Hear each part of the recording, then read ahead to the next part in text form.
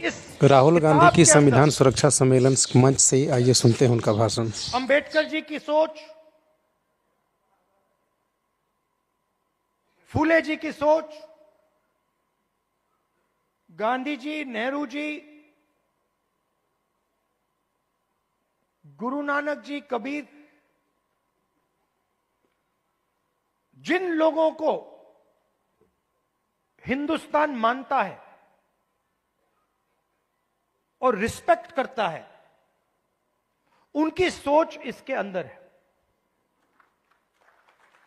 तो जब मैं इस किताब को, और जब आप इस किताब को ऐसे पकड़ते हो,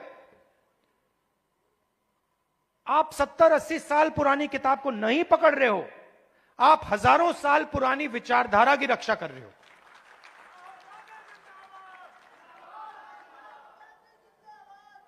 और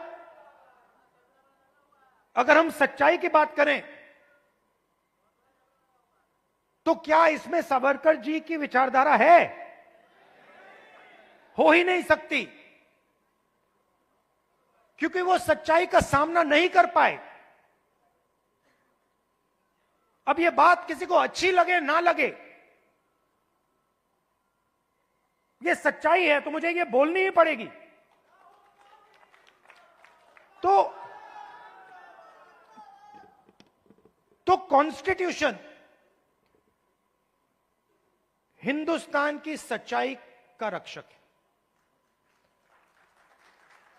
और जो हजारों सालों का जो विजडम है, जो हिंदुस्तान के लीडर्स ने, बड़े बड़े महापुरुषों ने इस देश की जनता से सीखा, वो इसके अंदर है।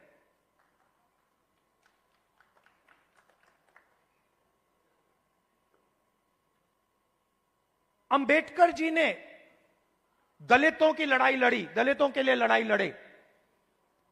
सिखाया किसने? सिखाया देश के दलितों ने। जो देश के दलितों के अंदर दर्द था, उस दर्द को अंबेडकर जी समझे, उस दुख को अंबेडकर जी समझे, उस सच्चाई को अंबेडकर जी समझे, और उस सच्चाई के लिए अंबेडकर जी लड़े।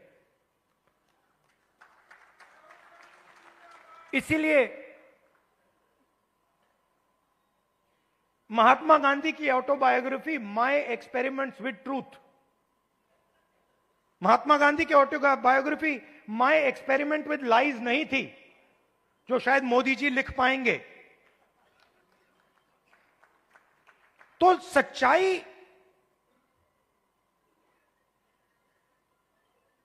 की ही लड़ाई चल रही है। और आजकल क्या हो रहा है,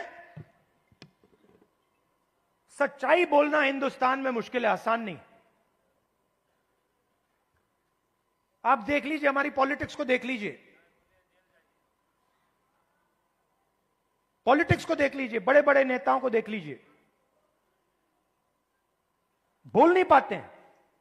पूरा देश जानता है कि सच्चाई ये है, और बड़े से बड़े नेता चुप हो जाते हैं। ये पूरे देश को दिख रहा है। मगर एग्जाम्पल क्या दिया? बुद्ध भगवान ने, अंबेडकर जी, गांधी जी, इन लोगों ने एग्जाम्पल क्या दिया? डरना नहीं है, जो सच्चाई है वो देश के सामने रखनी है। और यही आप लोग कर रहे हो, यही आप लोग कर रहे हो। आप लोग डरते नहीं हो, आप लोगों को दबाया नहीं जा सकता है। आपके अंदर, खून के अंदर फूले जी, अंबेडकर जी, गांधी जी, ये सब आपके खून के अंदर हैं, और इनकी विचारधारा आपके खून के अंदर है, मेरे खून के अंदर है, और इसको कोई नहीं मिटाने जा रहा है, कोई मिटा ही नहीं सकता। मैं आपको आज 2-3 चीजें कहना चाहता हूं, मगर मेरी माइंड में एक सवाल है। तो सबसे पहले मैं आपसे सवाल पूछना चाहता हूं, देखना चाहता हूं, आप में से आपने देखा होगा अमेरिका के राष्ट्रपति ने स्टॉक मार्केट की धज्जियां उड़ा दी हैं, देखा होगा, देखा ना? अच्छा, आप मुझे बताइए, आप में से, इस भीड़ में से कितने लोग स्टॉक मार्केट में पैसा डालते हैं? हाथ उठा के दिखाइए। अब ये देखिए, घूम के देखिए, यहां पे 1% से कम लोग स्टॉक मार्केट में पैसा डालते हैं, 1% से कम। अगर यहां 100 लोग हैं तो एक हाथ उठ रहा है। तो ये स्टॉक मार्केट आपका औजार नहीं है। इसमें अनलिमिटेड पैसे बने, मगर इसका फायदा आपको नहीं मिला।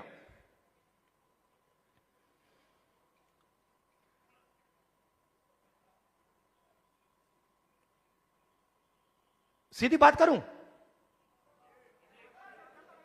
सीधा बोलूं, ठोक के, हमारे यहां पे केपी सिंह जी हैं। कहां है केपी सिंह जी? आइए आइए। केपी सिंह जी, अब गलत मत मानना जो मैं कहने जा रहा हूं। देखिए, केपी सिंह जी ने कहा, बैठिए बैठिए, आइए। केपी सिंह जी ने कहा कि मैं ऑर्थोपीडिक सर्जन हूं। कहा ना आपने? कहा। कुछ दिन पहले पार्लियामेंट हाउस में डेलीगेशन आया, वहां पे ऐसे ही एक व्यक्ति ने मुझे कहा, मैं आईआईटी का प्रोफेसर हूं। और मैंने उससे यही कहा कि देखिए, मैं कुछ कहना चाहता हूं मगर शायद आपको अच्छा ना लगे, इजाजत है? उन्होंने कहा हां, कह दीजिए। और वही मैं आपसे इजाजत लेना चाहता हूं, इजाजत है? देखिए,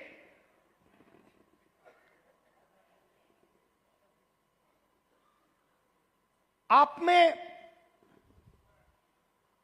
ऑर्थोपीडिक सर्जन की स्किल है, ऑर्थोपीडिक सर्जन की नॉलेज है, ज्ञान है। जो ऑर्थोपीडिक सर्जन होता है वो आप में सब कुछ है, मगर आप ऑर्थोपीडिक सर्जन नहीं हो। क्यों? क्योंकि पूरा का पूरा सिस्टम आपके खिलाफ काम करता है। आप सोचते हो कि आप ऑर्थोपीडिक सर्जन हो,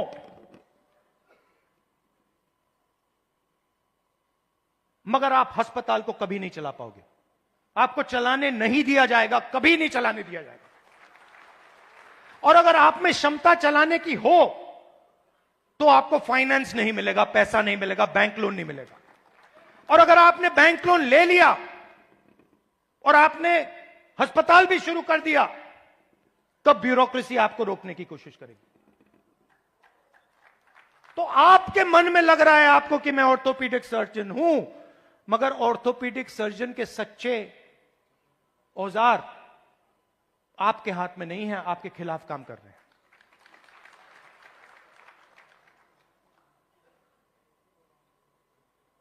डेलीगेशन में दलित प्रोफेसर ने मुझे कहा कि मैं आईआईटी प्रोफेसर हूं। मैंने उनसे कहा नहीं भाई,